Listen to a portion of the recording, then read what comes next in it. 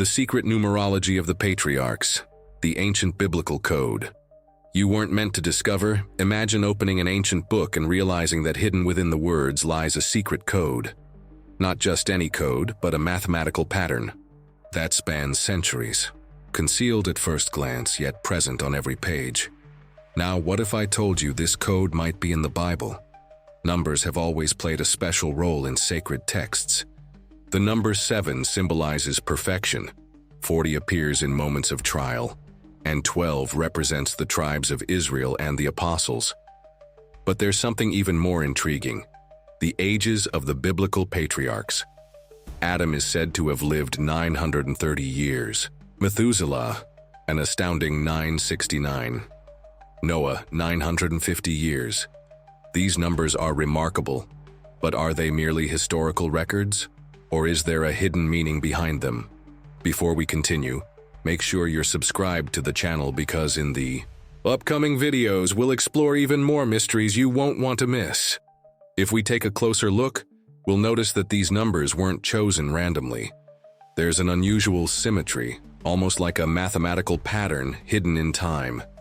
Some scholars believe these ages form a riddle that spans generations, a code that could reveal secrets about humanity's past. But to understand this, we need to examine the patriarchs and their stories more closely. Since the dawn of civilization, many cultures have spoken of ancient figures who lived incredibly long lives. In Egypt, gods ruled for hundreds of years. In Mesopotamia, legendary kings were described with astonishing lifespans. And in the Bible, the patriarchs seem to follow this same pattern. But why? When you think about it, time in the Bible doesn't always follow the rules we know today. Some theories suggest that these numbers shouldn't be read literally, but rather as codes that conceal spiritual or historical meanings. For example, some rabbinic traditions propose that these numbers represent cosmic cycles, while modern researchers attempt to find connections between the ages of the patriarchs and major events in antiquity. Perhaps the key to this mystery lies within the numbers themselves. Why did Methuselah, the oldest man in the Bible, live precisely 969 years? And why did he die in the same year as the Great Flood? Coincidence or a coded warning? These numbers may contain messages decipherable only by the initiated, and this is where things get even stranger. If there's one number that appears repeatedly in the Bible, it's 7. God created the world in 6 days and rested on the 7th. The Israelites marched around Jericho for 7 days before its walls fell.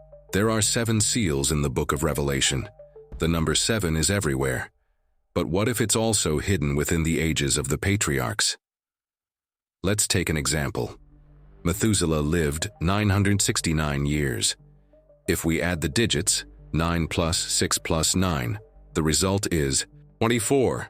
And if we add 2 plus 4, we get 6, the number of human imperfection, which comes just before 7, the number of divine perfection. Now look at Lamech, Noah's father. He lived 777 years. 3 sevens, a number symbolizing completeness. Coincidence? Interestingly, Noah, the patriarch who survived the flood, has a deep connection with the number 7 beyond his genealogy. God commanded him to take 7 pairs of clean animals into the ark. The rain lasted 40 days and 40 nights, multiples of 7. And when the ark finally rested on Mount Ararat, it was in the 7th month. Are these numerical patterns mere details, or signs of a greater code? Did you already know about these facts? Leave a comment if you've heard of them before. Let's talk.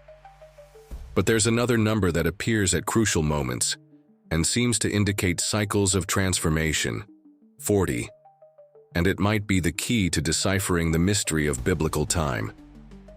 Why did the early humans in the Bible live for centuries while, after the Great Destruction, lifespans began to decrease drastically? Could these numbers represent something beyond biological time? Some theories suggest that the ages of the patriarchs shouldn't be interpreted literally, but rather as symbolic measures of influence or spirituality. The greater the age, the stronger the divine connection. Adam, as the first man, lived 9 to 30 years, almost a millennium. Then as sin spread across the world, lifespans began to decline. But then a number emerges that changes everything. 120.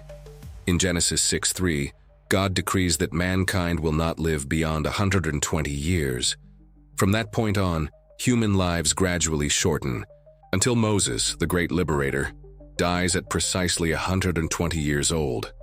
Was this limit a divine rule, or simply a reflection of humanity's natural evolution? What's even more intriguing is that this number doesn't appear only in the Bible.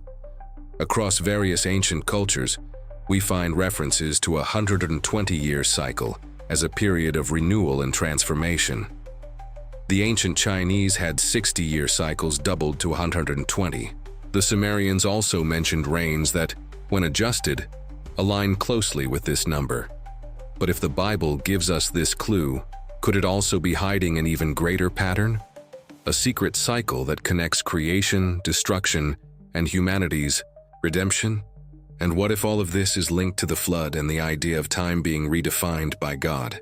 Methuselah, a name that has echoed through millennia, synonymous with longevity.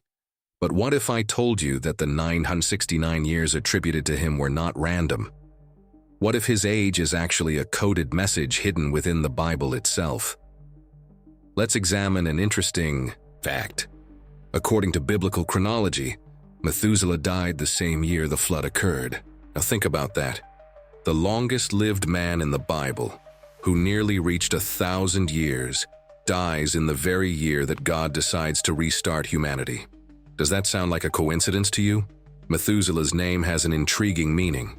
Some scholars suggest it can be translated as, "When he dies, it will come," or "his death will bring." If this interpretation is correct, Methuselah's very existence was a warning. His death would trigger a catastrophic event. And if we go even further, there's another fascinating detail. When we add the digits of his age, 9 plus 6 plus 9, we get 24. Then 2 plus 4 leads us to 6, a number that, in biblical tradition, symbolizes imperfect humanity. Methuselah may have been the last pillar supporting a corrupt world, and once he was gone, judgment fell upon the earth. But does the story end there? Or does the flood itself hide another numerical enigma? Before the flood, something strange happens. God declares that man will not live beyond 120 years. But why? Is this number a biological limit, a divine punishment, or a clue to hidden cycles in time? Let's continue. But before we do, I noticed you haven't left a like yet. If you're enjoying this content, go ahead and hit that thumbs up button. Strangely enough, after the flood, human lifespans begin to decrease drastically. Before, the patriarchs lived for centuries. After, the average age declines to something much closer to what we know today. Moses, one of the last great biblical leaders, dies at precisely 120 years old. Does this mean that the prophecy wasn't just a general rule, but a symbolic marker? But what exactly happened for God to set this limit? What was so wrong with pre-flood humanity? To understand this, we need to go back to an event that changed everything: the flood and the mystery behind the ages involved in this story. The flood was more than just a massive deluge. It was a reset, a cosmic reboot. But did destruction come without warning? Or were the numbers hidden in the patriarchal lineage already predicting this event? Let's recap. Methuselah dies the same year as the flood. Noah is 600 years old when the waters begin to rise. And God himself sets a 120-year deadline before it happens. Are these random numbers? Or a mathematical code signaling the end of an era? Noah's 600 is interesting because, in biblical numerology, 6 represents human imperfection, while 100 can symbolize a complete cycle. Noah, then, represents a transition point between the old world and the new post-flood world. And there's another curious detail. After the flood, Noah lives for another 350 years, totaling 950. Does this mean his life also follows a pattern? What are these numbers telling us about the relationship between time, human destiny, and divine will? To uncover the answer, we need to look at a number that has always been present in times of trials and transformation: 40. And it may be the key to understanding the hidden patterns within the Bible. As a number of transformation and biblical trials, if there's one number that appears during crucial transitions in the Bible, it's 40. The flood lasted 40 days and 40 nights. Moses spent 40 years in the wilderness. Jesus fasted for 40 days before beginning his ministry. But why does this number repeat so often? The real question is, why did God choose this number repeatedly? What makes it special? And could it be connected to other key numbers in biblical history? If we analyze the lineages of Seth and Cain, we might uncover even more clues about a possible hidden pattern that separates those who were blessed from those who were cursed. Since the dawn of humanity, biblical history has been divided into two major lineages: the descendants of Seth, who follow God's ways, and those of Cain, marked by sin and destruction. But what if the numbers hidden within these genealogies revealed much more than just a lineage? Cain, after killing Abel, is cursed, and his lineage seems to follow a strange pattern of moral decline and decadence. Meanwhile, the lineage of Seth, from which Noah descends, is marked by impressive numbers of longevity. If we analyze the ages of their descendants, we can observe a hidden cycle. While the patriarchs of Seth's line live for centuries, the numbers in Cain's descendants seem to disappear, as if their genealogy is being erased from the grand divine plan. Another curious detail is that Lamech, a descendant of Cain, is the only one in his lineage whose age is recorded, 77 years. In contrast, Lamech from the lineage of Seth lives for 777 years. Coincidence? Or a sign that there is a mathematical pattern within the Bible pointing to opposite destinies? And there's something even more intriguing. If the numbers in the genealogy can reveal hidden patterns about the fate of nations, could this same logic apply to the prophetic events in the Bible? The Bible not only narrates historical events, but also anticipates future occurrences. Interestingly, many of these prophecies are linked to specific numbers. Could there be a mathematical code that connects the patriarchs of Genesis to the prophetic visions of the Apocalypse? Take the case of the number 70. In Daniel's prophecy, 70 weeks are decreed for the redemption of Israel. Jerusalem was destroyed in 70 AD. And when we look at the genealogies in the Old Testament, we see that Noah had his first son at the age of 500, and 100 years later, the flood came, totaling 600 years, multiple of 70. But what happens when we cross these numbers with the reign times of biblical kings, with the eras described by Daniel, or even with the chronology of the patriarchs? Is there a hidden cycle that repeats itself throughout history? And there is one name that seems to be at the center of all this: Jesus. His birth, his death, and even his miracles seem to follow a numerical logic that connects the past to the future. But why does this happen?